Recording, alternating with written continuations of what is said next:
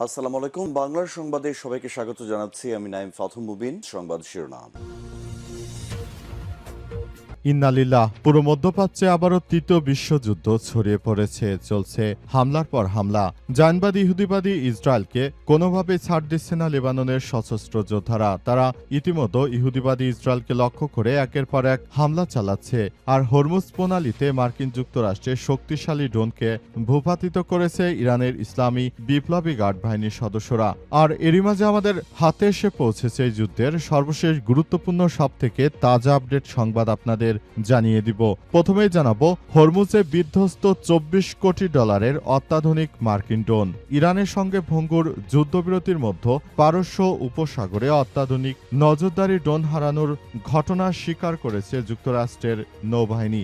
MQ-4C titan নামের ওই ড্রোনটি সম্প্রতি হরমুজ প্রণালীর আকাশে বিধ্বস্ত হয়েছে। $238 মিলিয়ন এবং প্রায় $24 কোটি মূল্যের এই ড্রোনটি হারিয়েছে মার্কিন যুক্তরাষ্ট্র।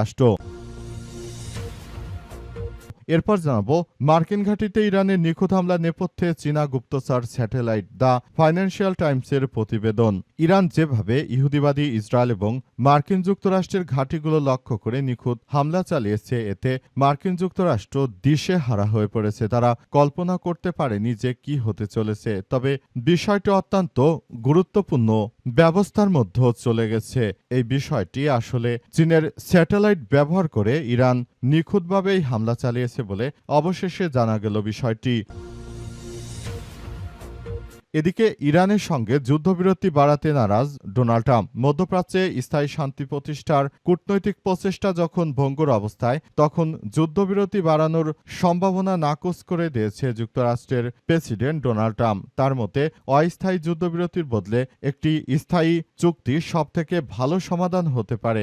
একই সঙ্গে ইরানের পারমাণবিক কর্মসূচি এবং আঞ্চলিক উত্তেজনা ঘিরে আলোচনাও জটিল হয়ে উঠেছে।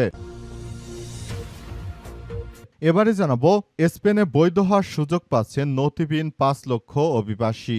স্পেন সরকার দেশটিতে নথিবিহীন অভিবাসীদের জন্য একটি সাধারণ ক্ষমা কর্মসূচির অনুমোদন করেছেন। এর ফলে দেশটিতে অবস্থান করা প্রায় 5 লাখ নথিবিহীন অভিবাসী আইনি স্বীকৃতির জন্য আবেদন করতে পারবেন বলে জানা গেছে।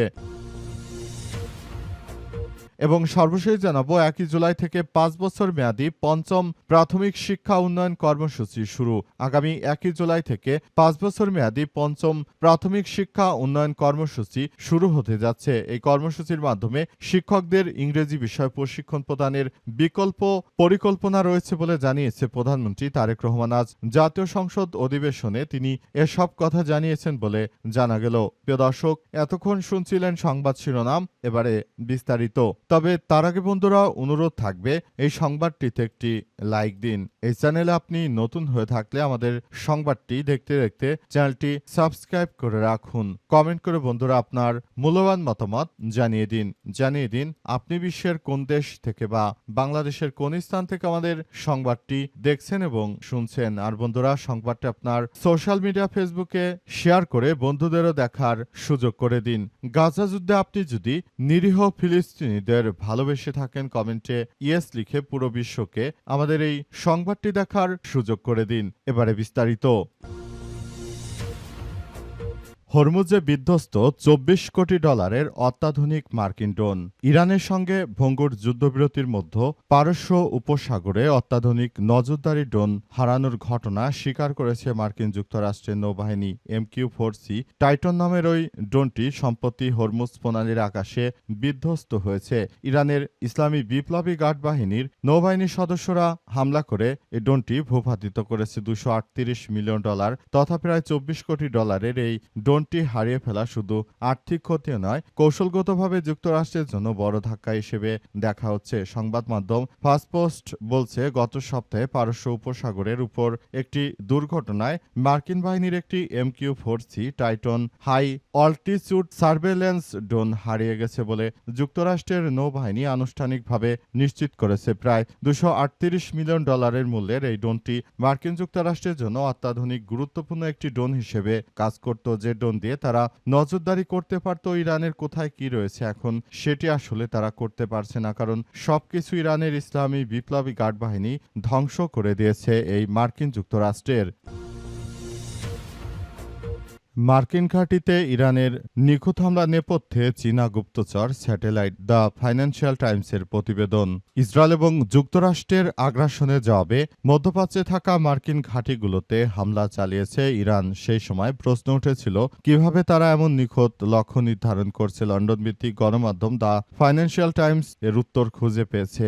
সূত্রের বরাতে গণমাধ্যমটি জানিয়েছে যে ইরান গোপনে একটি চীনা গুপ্তচর স্যাটেলাইট ব্যবহার করেছে। ওই স্যাটেলাইটটি মধ্যপ্রাচ্য জুড়ে মার্কিন সামরিক ঘাঁটিগুলোকে লক্ষ্যবস্তু বানানোর তথ্য দিয়েছে। প্রতিবেদন অনুযায়ী TEE-01B নামের স্যাটেলাইটটি চীনা কোম্পানির অর্থ আইকোর তৈরি করে এটি তারাই উৎক্ষেপণ করেছে। 2024 সালের শেষ দিকে চীন থেকে মহাকাশে পাঠানো হয় এবং ইরানের ইসলামিক রেভলিউশনারি গার্ড কোর IRGCর অ্যারোস্পেস ফোর্স এটি নিয়ন্ত্রণ নিয়েছে। ফাঁস হওয়া ইরানি সামরিক নথির বরাত দিয়ে গণমাধ্যম বলছে যে ইরানের সামরিক কমান্ডাররা এই স্যাটেলাইটটিকে মধ্যপ্রাচ্যের গুরুত্বপূর্ণ মার্কিন ও সামরিক ঘাঁটিগুলো নজরদারি নির্দেশনা দিয়েছে।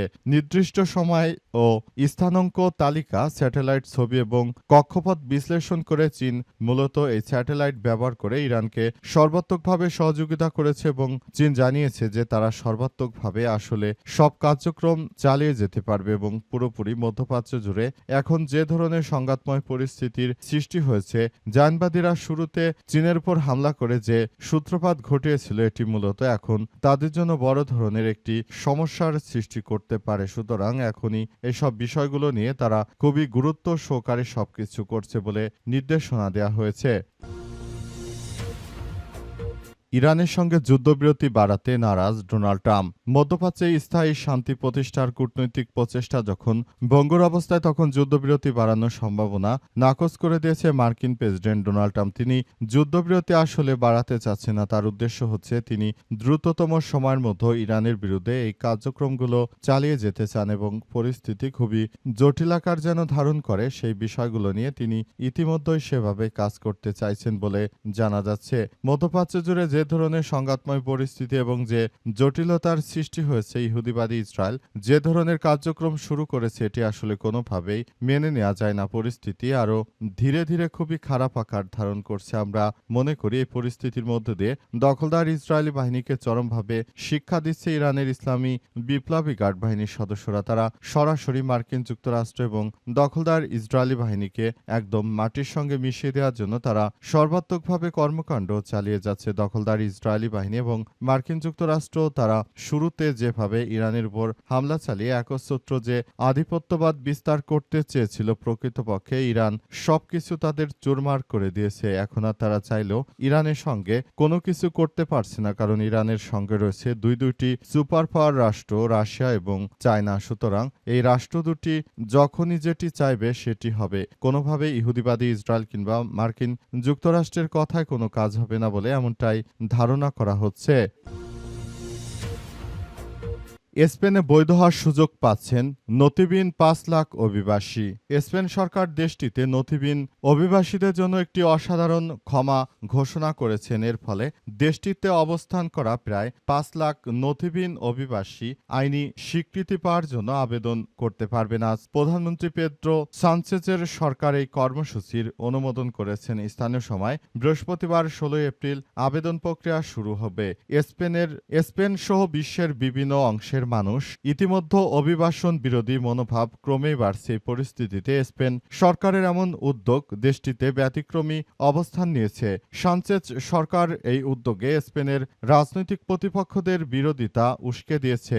এমনকি দেশটির সরকারি কর্মকর্তাদের মধ্য নিয়ে ক্ষোভ দেখা গেছে। তাদের মতে তারা এই পরিস্থিতি সামাল দিতে পারবেন না। অভিবাসন আইন সংশোধনের ডিগ্রি জারির মাধ্যমে সানচেজ সরকার দ্রুততার সঙ্গে এই উদ্যোগ নেয়। এর ফলে দেশটির বামপন্থী সরকার আইনসভাকে পাশ কাটিয়ে যাওয়ার সুযোগ তৈরি হয়েছে। আইনসভায় স্পেনের বর্তমান সরকার সংখ্যাগরিষ্ঠতা নেই। এর আগে দেশটির আইনসভায় সাধারণ ক্ষমা ঘোষণার একটি বিল পাশের ব্যর্থ চেষ্টা করা হয় এবং সেটি অবশেষে বাদ গেছে। এখন স্পেনে সাধারণ নাগরিক যারা রয়েছেন তারা মূলত স্পেনের থেকে সব রকমের সুযোগ সুবিধা পেতে পারেন বলে সরকারি পক্ষ থেকে বলা হয়েছে এবং তারা সেভাবে আসলে এই কার্যক্রমগুলো চালিয়ে যাচ্ছে।